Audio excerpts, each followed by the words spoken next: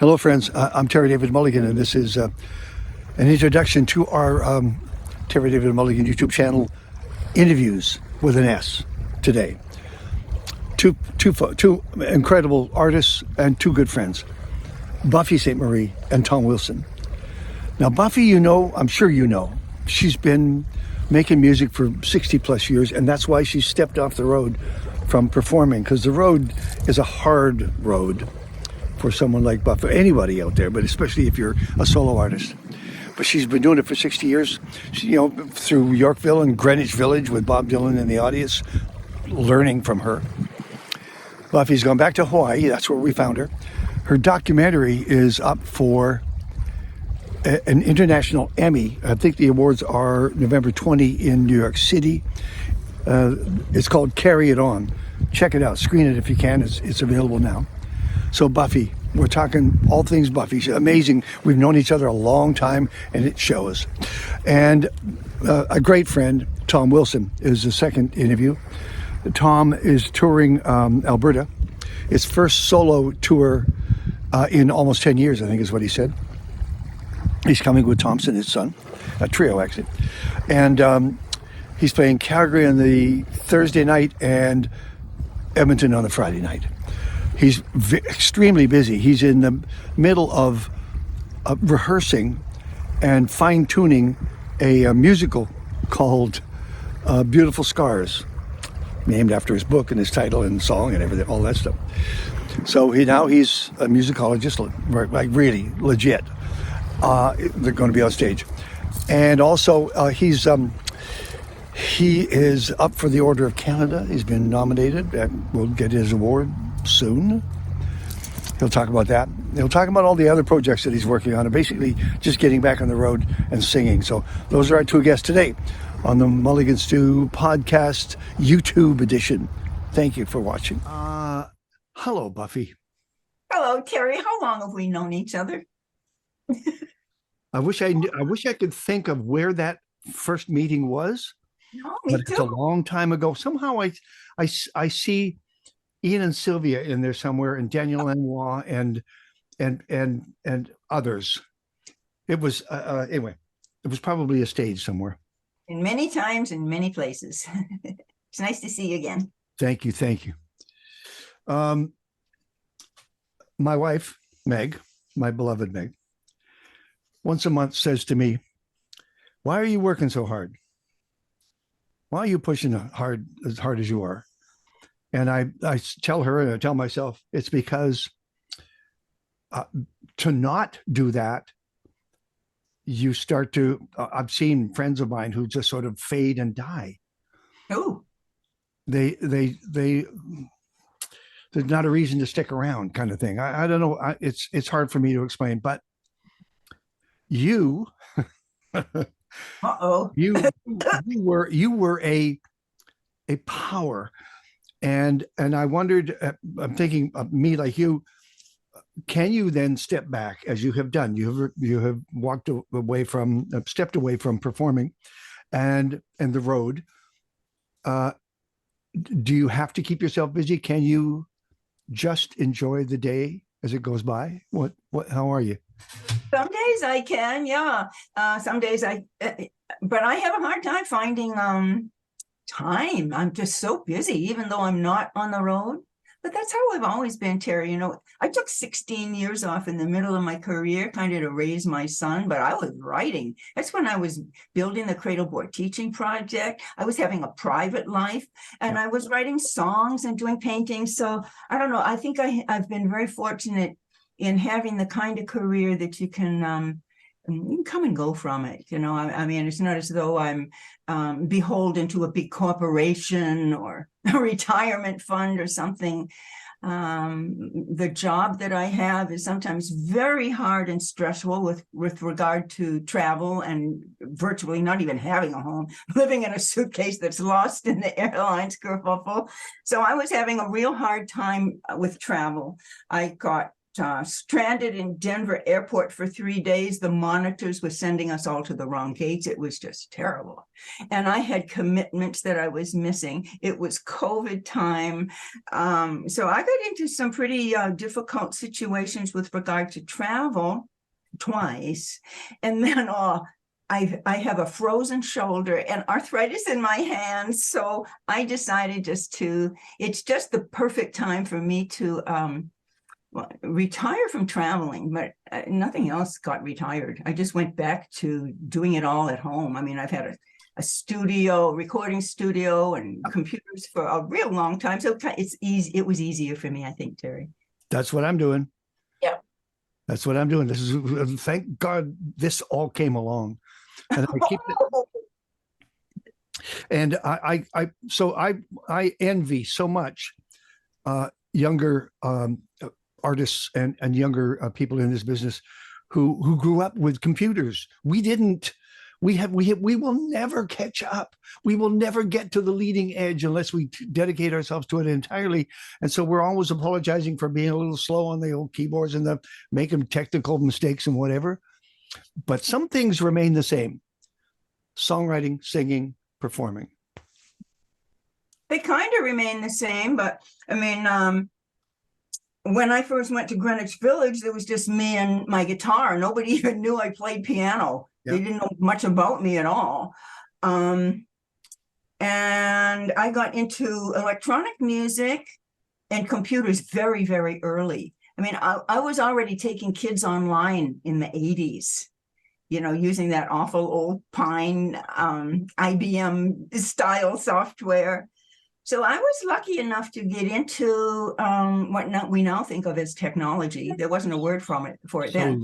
So lucky. Early, yeah.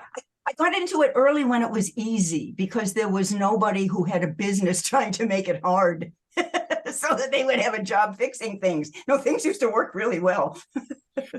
This film brought it all back to me. Carry It On, which is your song title, of course. Carry It On is up for an Emmy, International Emmy Award. Yeah, isn't that nice? Madison Thomas, our director, and Andrea Warner, our head writer. Oh, congratulations to them, and I'll take some too. It's really, really nice. And somebody told me yesterday that Carry It On, our documentary, is the only Canadian film being mentioned for the International Emmy. So, gee, hope, fingers crossed. Yes. Did you think twice? Did you want this story to be told? Did you have to be convinced? Yeah, I did. Yeah. I did. I didn't want to do it at first. Andrew Munger from White Pine Pictures approached me, and I didn't even want to take a meeting, but I said, okay, I'll meet Andrew, who was very nice. And we met in a hotel lobby and had a cup of tea and talked it over. And I thought, oh God, I don't want to do another documentary. Joan Prouse did a perfectly adequate documentary that everybody loved. Adequate, that's a terrible, no, she did a wonderful documentary. It's called Buffy Sainte Marie, Multimedia Life, but it was done in 2012. Yeah. Like that was before Power in the Blood, or, there's a lot of attention now being given to Indigenous issues, and there wasn't earlier. So, things have changed a lot. And I didn't want to do it because there had been 2 books written about me. Yeah. And a documentary. So, and I don't like, in general, I think of documentaries as being black and white, boring talking heads, which of course is totally out the window. That's not true. But when White Pine brought on Eagle Vision, who are Lisa Meach's and Kyle Irving's company in Winnipeg, who do a lot of Indigenous films and really know what they're doing. And when White Pine did that, and when they brought on Andrea Warner as the writer, because she had written my biography, she already knew all the highlights. And I didn't want to make a documentary about myself. So Madison Thomas was hired. She's a wonderful young filmmaker from Winnipeg.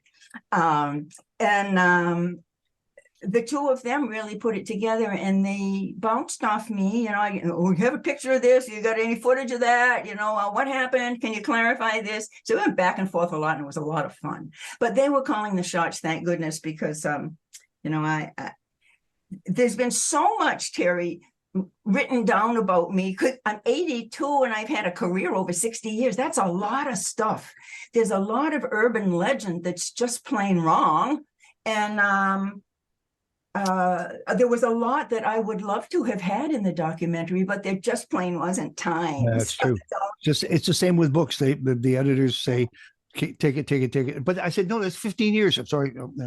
Madison is quoted as saying, it's so important that as many people as possible get to hear Buffy's story and hear her message. My question is, which story? There's so many. Which message? There's so many. You have to. Oh gosh, we had to leave so much out. I mean, in Carry It On, it's I think it's what, an hour and 48 minutes or something, whatever the length needed to be. There's very little about my childhood. Yeah. It's very, we had this one terrible incident in my childhood that's mentioned, but there's none of the happy stuff. There's not, you don't really get a picture of who I was because I didn't really have any identity. I didn't know whether I was Indigenous or not, or mixed, or I was adopted. I didn't know who my parents were. I didn't know who I was. Also, there's nothing about my romances, and there's very little time that we spent on the Cradleboard teaching project. So it's always a matter of, just like you say, it's column space and time that limits you. But just having had a long life and having had two wonderful biographers and two wonderful documentaries in the world, there's just your life can start to feel like a list of bullet points. And normally when I'm going to do an interview with someone, I'll ask for questions in advance and then I'll answer them in writing and send them back, because I like to clarify. I'm always trying to clarify the urban legend stories, because some of them are just not true and others are confusing. I think there's been confusion regarding my Pie Pot adoption, for instance. I was adopted into the Pie Pot family, not I was adopted out of Pie Pot Reserve. That makes a big difference. And there are a lot of ways that you can try and clarify things, but urban legend is what it is. And sometimes you just kind of got to live with it. So you're always swimming upstream a little bit. And normally the questions that a journalist will send me, it's usually the same 20 questions. They usually want to know about the same thing. So in compiling what was going to be in and left out of the documentary, I really left it up to Andrea and Madison and the production teams. Well, I feel honored to be able to ask these questions of you all these years. That's the fun too. You don't know, but I've been looking over your shoulder. I've been trying to follow as much as I can and leave you alone. And then I pop up and say, "Can we talk?" I saw a quote in the New York Times. I think it's yours. It wasn't about careerism at all. I wanted to write songs that would last for generations. You did. Thank you. I really tried hard, Terry. And people don't usually ask that one very often. Yeah, when I was, when I had been through high school and college, and I was in Greenwich Village, and I didn't have any courage when it came to singing. How would I ever get on a stage? And I'd been singing songs in my university days in a coffee house. But in Greenwich Village, I was there because of the songs. Yeah. That's what gave me the courage to step on the stage. I really thought that I had some things to say that people wanted to hear. And sometimes it was something about the countryside, the environment, Pineywood Hills, or a love song. But sometimes it was Universal Soldier. Sometimes it was Now That the Buffalo's Gone. Universal Soldier got a lot of attention, so until it's time for you to go. Now That the Buffalo's Gone did not. The Indigenous sides of my songwriting really didn't start to be recognized until just a few years ago. I would believe with all of that, all of your lyrics and your push, your own personal push, the way you stood for yourself, your power, you would have been branded as a troublemaker right from the get-go. You were going to make trouble. I guess I was. Yeah. I loved your trouble. A little bit. I mean, Universal Soldier. A lot of people, it's written, "Oh, Universal Soldier got her blacklisted." I don't think so. I don't think Universal Soldier is a song I wrote. Donovan recorded. Almost everybody thought he had written it. Yeah. And Glenn Campbell recorded it. Well, Donovan and Glenn Campbell didn't get into any trouble at all. And nobody knew I had written it because it was coming out that Donovan had written it. I still get people telling me that, no, you didn't write it, Donovan wrote it. So, but the Indigenous issues and what I was talking about was done at a much quieter level. And I think that that's what got me into trouble with whoever didn't want me speaking out, because they not only got me, they gagged us all in the US. Yeah. The Indian issues were just not allowed to be headlines where they should have been. I saw the anniversary of John Lennon's, when he finally got his green card so he could come to America legally. Yeah. It just went by. I don't know what year, but I just remember that he was branded as this ne'er-do-well, this troublemaker who was wrong for America. John Lennon, of all people. John freaking Lennon. See how we are as human beings? I don't know. Yeah. All right. I saw another quote. I love these quotes. Emily from Indigo Girls. I think that people in this country are seeking meaning in their music and have been doing that for a long, long time. They're seeking that right now. It's just a way of dealing with the problems around them, their lives. Meaning in music. How about meaning in music? Do you feel as though we're in a golden age? Are people reading lyrics? Are they, because you can't pick up an album anymore and read the lyrics. It just doesn't work like that. But do you get a sense that today, with today's music, for example, is meaning still important? Know how much difference there is with that, Terry. I mean, for instance, I'm the passenger drive. We're riding along. We'll hear a song. I'll Shazam it. I'll always look up the lyrics. That's great. I love it. On the other hand, I loved having a nice piece of artwork of the artist and some things that were written. Of course, sometimes it wasn't the artist having any control over what was written or the picture that was chosen. That was all a bunch of business guys just, trying to, support their brand.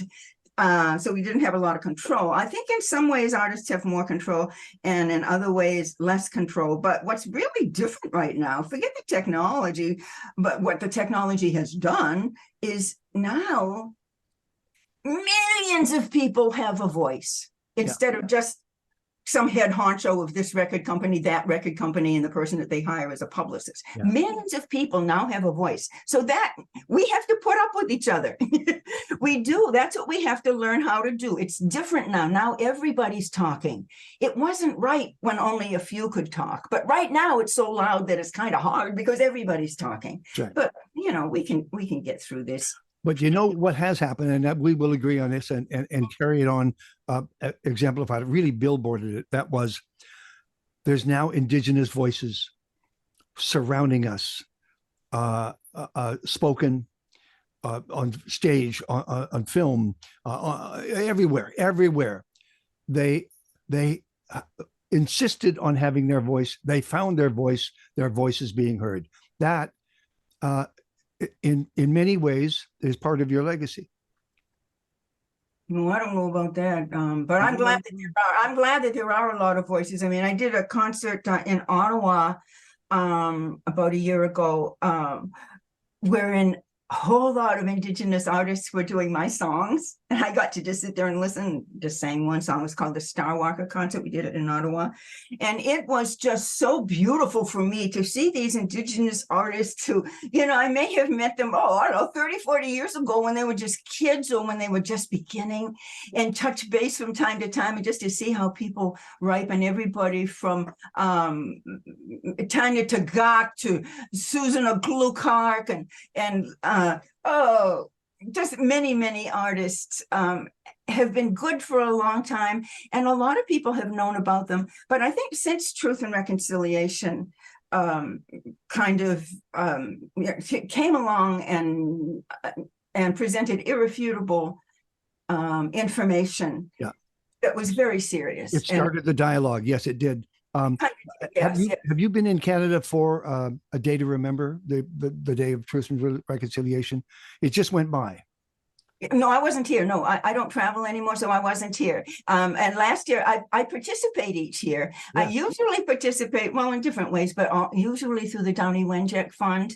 We'll figure out something to do because I'm on their education committee, and we find things for kids to do. But where were you going with your point? Well, no, it's just that CKUA did an entire day of, Yep. of quotes and Indigenous music. That William Prince was there, and it has found its voice. It has moved forward. It will be with us forever. But it's just a start. We all have to remember. Oh yeah. We have to remember. And the point I tried to make to anybody who listened is every day for me Yeah. is that voice every day. There's not just one day that I set aside. It's every day, because my father was a game warden in Kamloops, and every day we drove by that residential school on my way to school and events every day. And I looked at it and I'm thinking there was a dread about it. I couldn't get, nobody would answer the questions. What's going on in there? What happens there? It drives me crazy that I could have done something, but I was too young. I was Of not. course, it drives us all crazy. We all want to do more. And the way I look at it, I mean, some days I get to do something, some days I don't. When you get an opportunity to help, it might be a little opportunity or a big opportunity, but you work with reality. And sometimes you get a chance. Sometimes you get, and you got to run. But, I was in an airport. I was an honorary witness for Truth and Reconciliation, but I was in an airport and I ran into Katsi Cook, who's she was a real witness as opposed to an honorary witness. Yeah. And I asked Katsi, I said, how do you do it day after day, listening to the testimonies of people who've gone through what they went through, in residential school? And she said, they gave us a very good tool, a good think tool. She said, you're a witness, you're not a vessel. Yes. So I tell people about that because I know a lot of people, whether they're Indigenous or not, or mixed, whatever they are, it's so hard to carry this around. Don't turn it into a burden and put a bag of rocks in a backpack and carry it around, feel guilty or bitter or something. No, you're a witness. No, you're a witness. You're not a vessel. And that, if you're a witness, you can continue to work. You continue to ripen. You continue to teach and learn and build. And, that's about the best I can make of it. Thank you for that. Thank you. Buffy Sainte Marie, friends. This film will take on a life of its own, carry it on. I love the track. I've loved the track ever since I heard it. I love the voices. The voices in behind, those combined. There was some young voices in behind you, and they just. No, I'm afraid they're me. Yeah, that's me. You did do right by speaking out about and including the dark side of the music business in the film, because there are parts of the music business that are shameful. I think there are parts of any business that are like that, though. The music business is no different. No, there's a bunch of crooks. There are a bunch of greedy people. There's all kinds of nasty folks, but there's also all kinds of good folks. It's the same as any other business. Business itself, I think I have a problem with business itself because I think it's set up wrong. I think that business schools, like the Chicago Business School, they founded the Banana Republic. It's, you do it before somebody else does. It's take as much as you can get and give the least you can. Yeah. And that is unfortunately one of the cornerstones of business that I think that we need to change. I think we need to change that. And it's time we do. Do you think?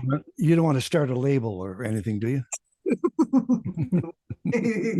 No, I'll leave that to you. No, I don't want to start anything like that. No, I just think that I know that there are a lot of wonderful people in business, but I just they just don't pay attention to business ethics, and awful things go on all the time. Business, politics, education, wherever you have that mindset of take as much as you can get and give the least you can, and that's how you win. No, it's not. That is hierarchical colonial thinking, and life in a circle can be done differently, and we're learning how to do that again and sharing it with others. The world is still ripening. Every one of us is still ripening. None of us is done.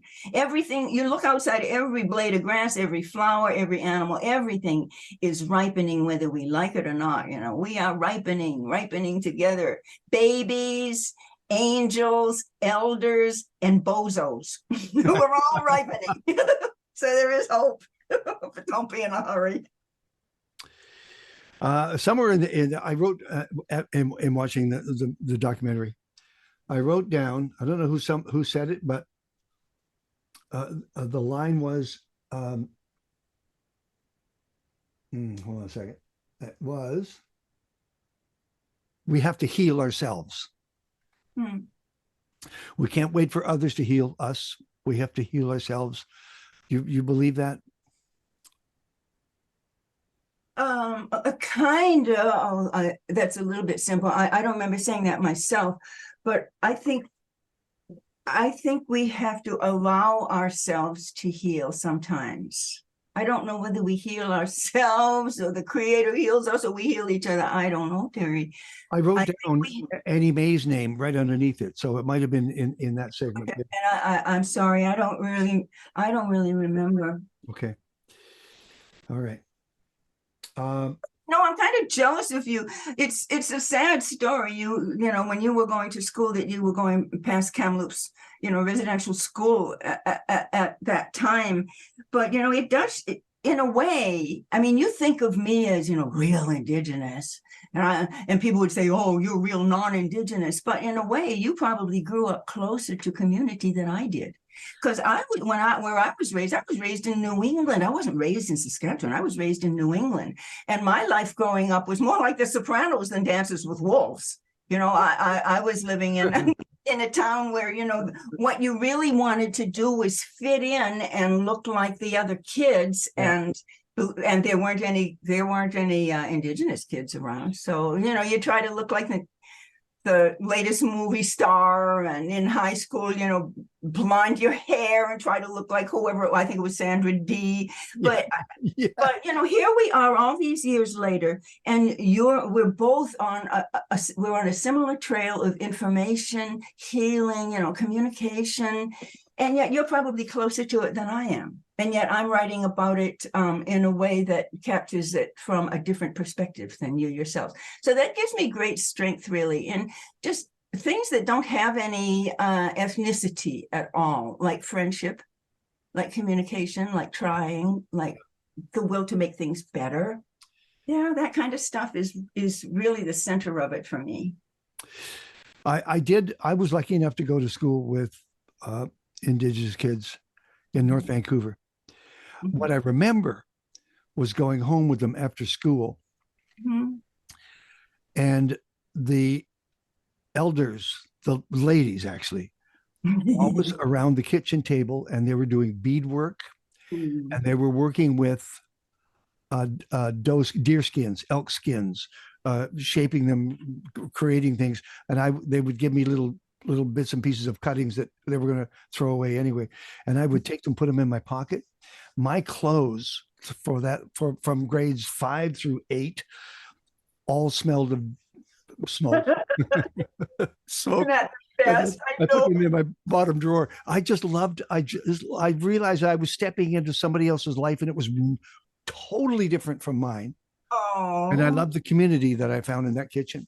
It's so sweet. And I love that you mentioned the fragrance, that fragrance, because, as somebody who lives in Hawaii, but I'm in Canada, up until very recently, most of the time, I mean, when I come back to Hawaii, I'm always sniffing my moccasins or a little bag that I have, that it's the fragrance of, well, in the first place, just getting off the plane, like in Alberta, and just smelling the pine and just smelling Canada's forests.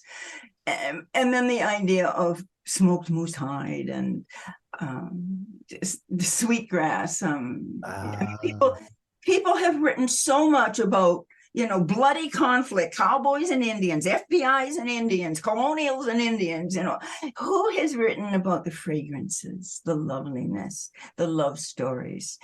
Some people have, Robin Wall Kimmerer and Louise Erdrich. I mean, there are a lot of great writers.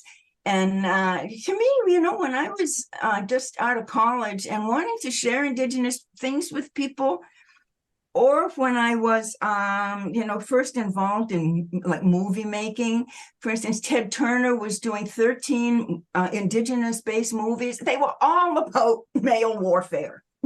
So what I'm saying is that it's only now that we're going to be able to flower to the point where you're able to see our positivity, our beauty, our contributions, our creativity,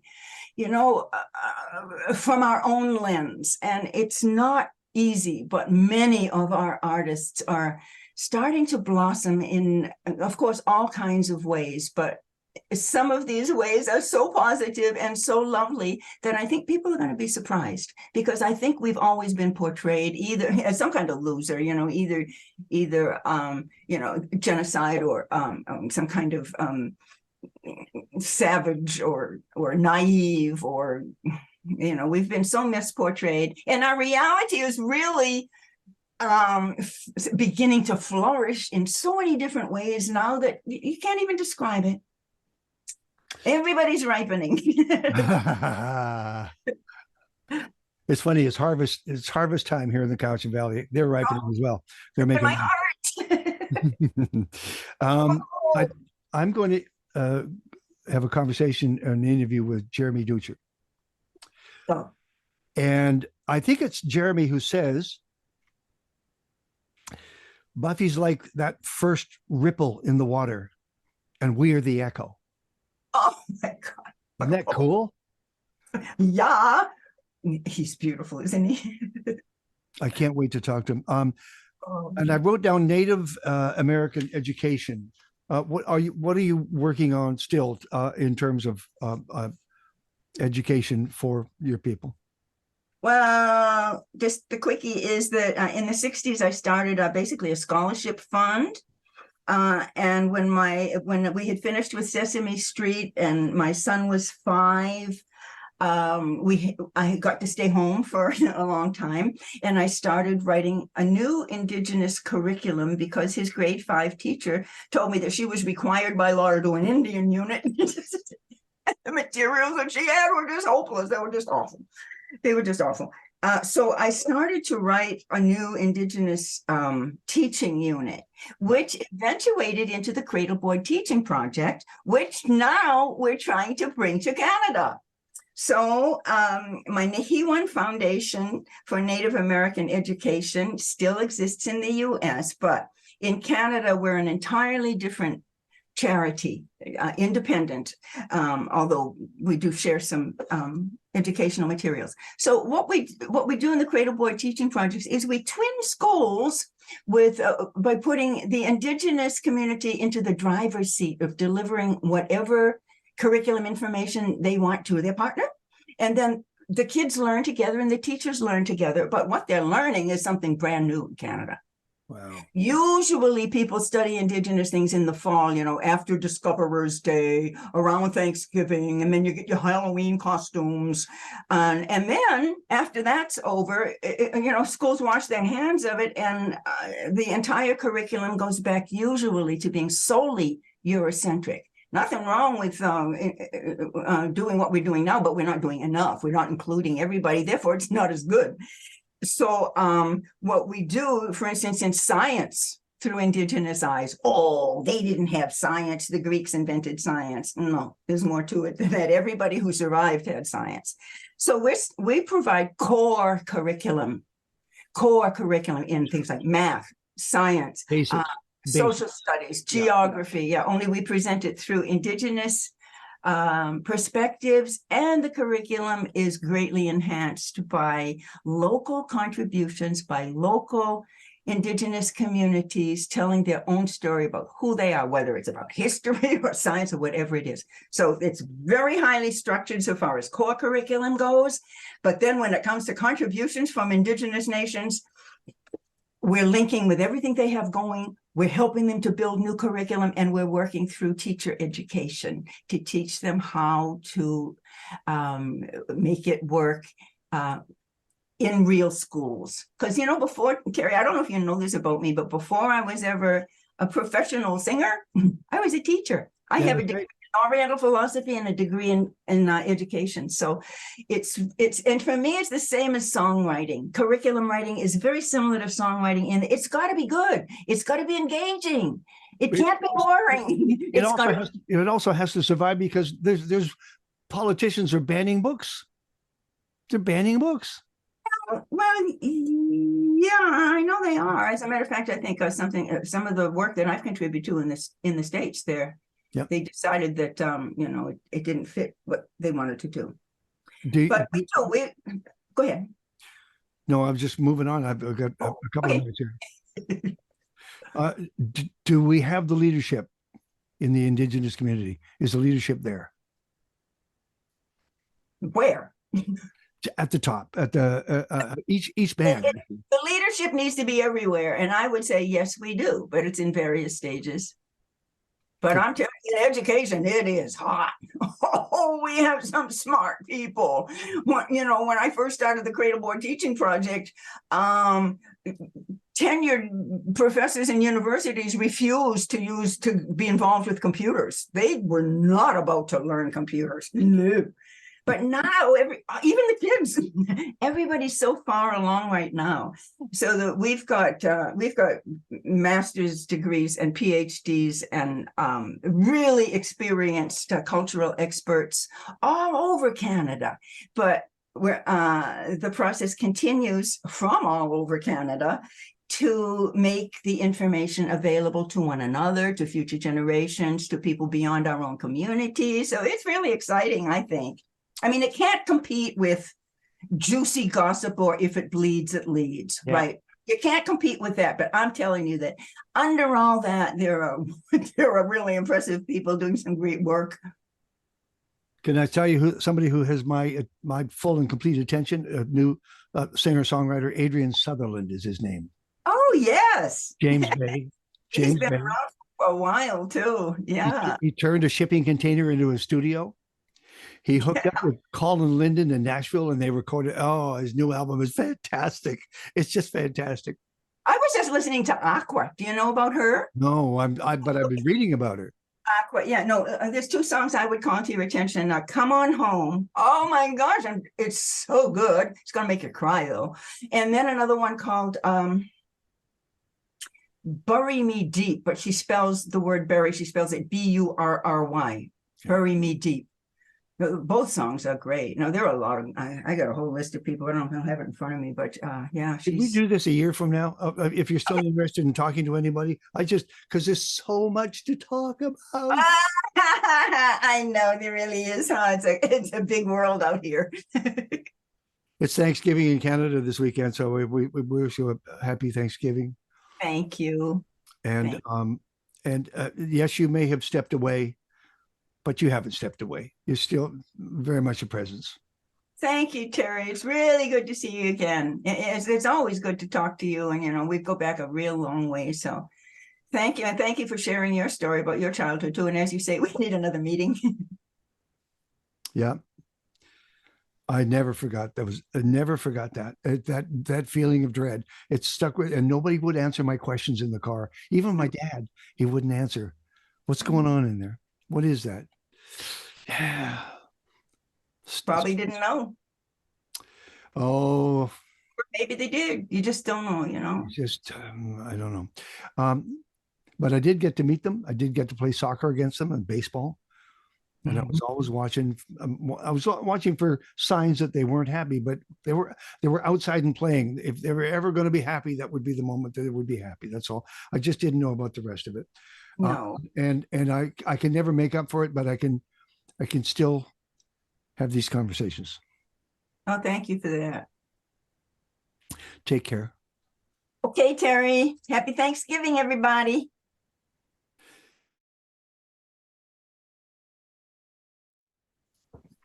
All right.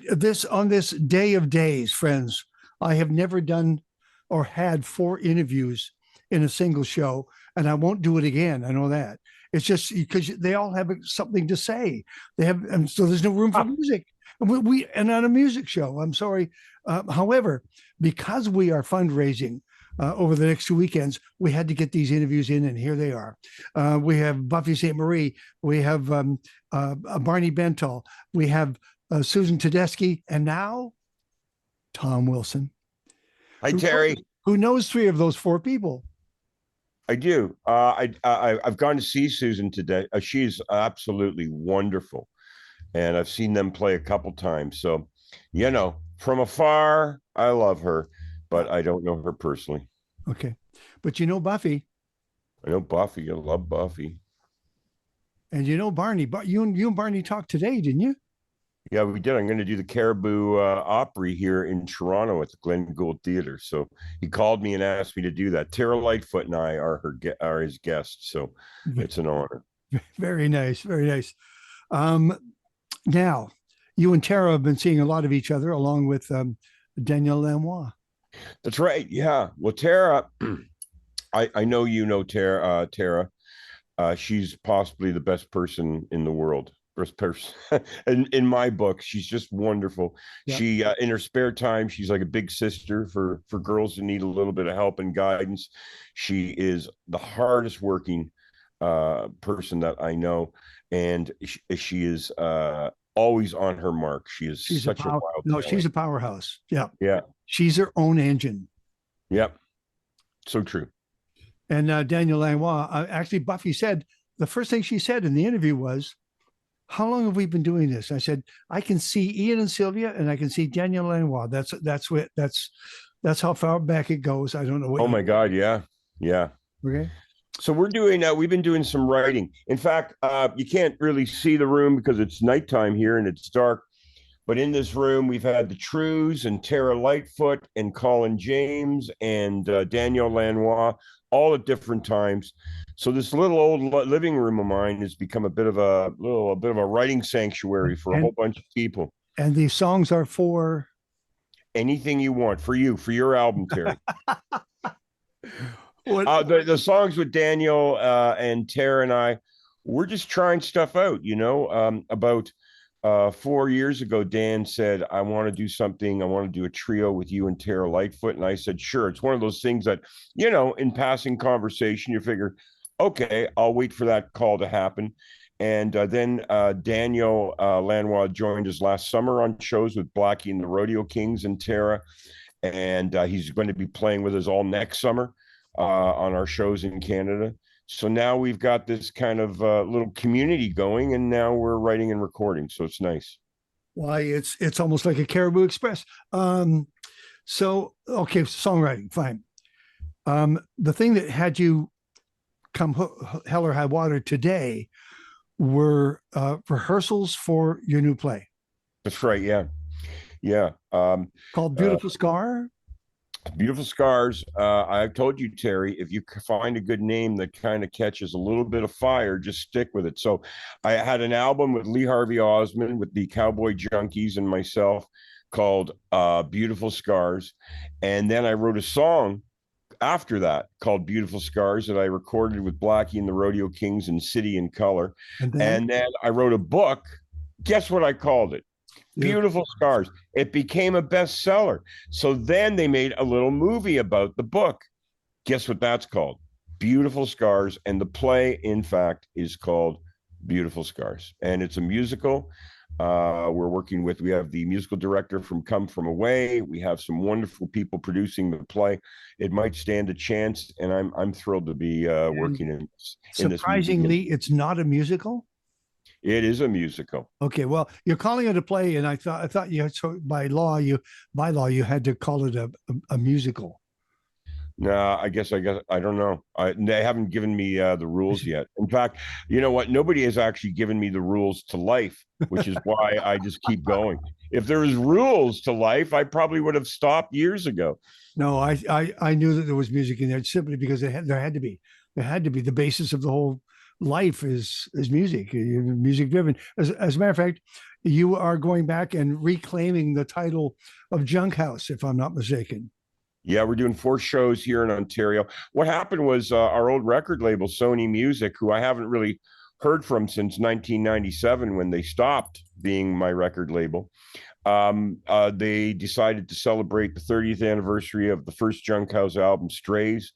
I guess they went through the books and found out that we sold a lot of records for them back then.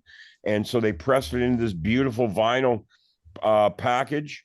So thank you to Sony Music after all these years. It's nice to be in business with you again. And in celebration of that, we're doing 4 shows in Ontario. And if anybody wants us out west where we're very popular, also we'll go there.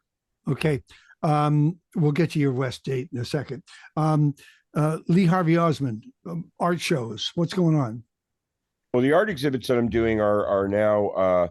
I did a residential school art exhibit that involved 9. We've had 9 residential school desks built, and on top of those desks, we put the photographs. We burned the photographs of families into the tops of the desks, including my great grandfather, Chief Peter Lazar. As you move forward in the desks, the images disappear, representing the loss of color and culture and language and family and community. And then there's a film component that opened at McMaster University in Hamilton, and then it went to Stratford last year to the theaters. It's at Queen's University right now in Kingston, and then it's going to Tyndonega. So that's where my art is at. Other than that, I keep painting because it is my meditation, Terry. It's a place where I can focus on nothing but putting colors and shapes on canvases. Festival Hall in Calgary, October the 19th. Is it a one-off or part of a small tour? It's 2 shows. We do Calgary first on the Thursday, and then the Friday night we're at Festival Place at Sherwood Park, just outside Edmonton. And I haven't even played. Blackie and the Rodeo Kings have been to Alberta, but I haven't even played in Alberta in I think almost a decade. So I guess I'm overdue. I don't know. We'll find out. Is this a solo show? What form does it take on stage? It is a trio with a piano player, Jesse O'Brien, and my son Thompson Wilson on upright bass. Nice. Yeah, it's very. You know what? It's exactly what I want to be doing with my life right now. And there's of course a literary component to it, and a lot of new songs. Some of the songs from the play I'll be bringing to this stage at festival. And storytelling. I've got a story or two, Terry. You know. I think you do. Now, how and when did they tell you about being inducted down the road to the Order of Canada team? Oh, that was in May of this year. And they said, keep it a secret. So I actually did, believe it or not, with my big mouth. I actually kept it a secret, and they announced it in June. So I got an email from the Governor General saying that they were going to be giving me the Order of Canada. And I thought, I wasn't even sure. I thought if they were going to give me anything, they'd give me an order of fries, but they gave me the Order of Canada, Terry. And when they called, I'll be quite honest with you, I was overcome. I actually couldn't contain myself. I had to call them back because I was so moved, because I felt Bunny and George Wilson, the people who raised me, I felt them with me, because I knew that how proud they would be of that. And I felt all my Mohawk ancestors with me. And you know what? I joke, Terry, I say I'm a guy from Hamilton. I'm all about coffee and cigarettes. But honest to God, I felt their power. I felt their energy with me, and I was overwhelmed. So I actually said to the Governor General, "I'm gonna have to call you back." so I did call her back, and it's an honor. I have the Order of Canada, which to me means that I can do better work and get better places to do the work that I need to do for Indigenous communities, like my scholarship. Indigenous Scholarship that I started at McMaster University. Which are you allowed to marry anyone? I mean, marry other couples? I've been married. I've been married a couple of times. I can talk people out of getting married. Does that count? No, I just never mind. First of all, I am absolutely thrilled that this happened. I just can't tell you the joy it brought me. And then I thought, being a Mountie, ex-Mountie, I wonder if they knew if they knew that you got arrested on the Grand River for feeding the protesters. Feeding the protests, feeding the land defenders, feeding the Mohawks. Well, yes, I think that was part of the reason why they gave me the Order of Canada, because I'm active in my community, standing up for what I believe is right. And as Canadians, we should be standing up for what we believe is right. And hopefully what we believe is right is good and feeds our communities and also feeds love into our nation. That's what we should be doing. So the mayor of Caledonia, Ontario said that there was a bunch of terrorists taking over the town. So I went over to see these terrorists because they're fellow Mohawks. I brought them 30 of those delicious roasted chickens you buy in the grocery store and a bunch of vegetables and things, and went out. And when I got there was people having ceremonies, cooking food, and kids playing lacrosse in a field. Those were the terrorists that we were being told about. So I went and stood by them. And a couple of weeks later, the RCMP showed up at my door, and I got to do something, Terry, I've been waiting to do since I saw Newman do it on Seinfeld. They were standing at the door, and I leaned against the door, and I said, "What took you so long?" And I thought that was really funny. They did not. No. They took me and fingerprinted me and took my picture, and I was 61 years old when I got arrested. The most amazing part of the whole story is that it took me 61 years to get arrested, Terry. Can you believe that? You know, I'll leave you with this thought. And by the way, just so you know, give us those two dates and halls again for the Calgary audience. Oh, geez. Well, it's next Thursday and Friday. What is that? The 19th? July the 19th and 20th. Yes, July 19th and 19th. I'll be at Festival Hall in Calgary, and then on the 20th, I'm at Festival Place in Sherwood Park, outside Edmonton. I love Alberta. I'm so happy to be coming back. Thank God somebody asked me to come. And you're welcome, especially those of us at CKUA. Yeah, thank you, CKUA. And let me know if you need some art, because I'm always ready to contribute to help you guys. You know what I need, buddy? You just reminded me of something. You see this beam here? Yes. Just big enough to hold an oar, right there. Okay. Maybe this one here, just like All that. right. I might have to come out to BC and paint it for you, Terry, but you know what? I paint all the time, and I'd be happy to. It'd be an honor to paint for you. Here's the thing. I'll leave you with this. You had some dark days, my friend. Oh, yeah. Dark days where you could have not survived yourself. Yeah. And you've pulled yourself up to this moment. Order of Canada. I know. Everything you're doing is working. You could not have known that you could have adjusted your life and changed your life and your soul and your heart. How did you do it? Love, Terry. Love pulled me through. The love of my children, and now the love of my grandchildren. I mean, for a guy who had the order, I went from sleeping on my drug dealer's floor in his living room or his kitchen to the Order of Canada. So when we have love and we give love, anything is possible. I truly believe that, and I am not kidding. That we have got to start listening to one another. We have to start opening up our hearts and sharing what we have. We should give everybody we meet respect and love and gratitude, and be patient. And we should get off Twitter, and we should turn off Fox News and CNN News and anything else that is making us feel bad and aggressive, because we're loving human beings and we have a lot to offer one another. Okay. I'll leave it at that.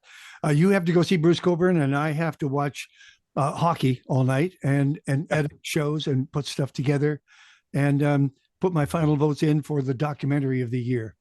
Yeah. 400. Okay. There's 400 films. Oh my God, Terry. That's a lot of watching. Listen, I love you, Terry. I love CKUA. I sure hope to see you soon, my friend. Thank you, man. Thank you. Buddy, take care now. Okay. Bye.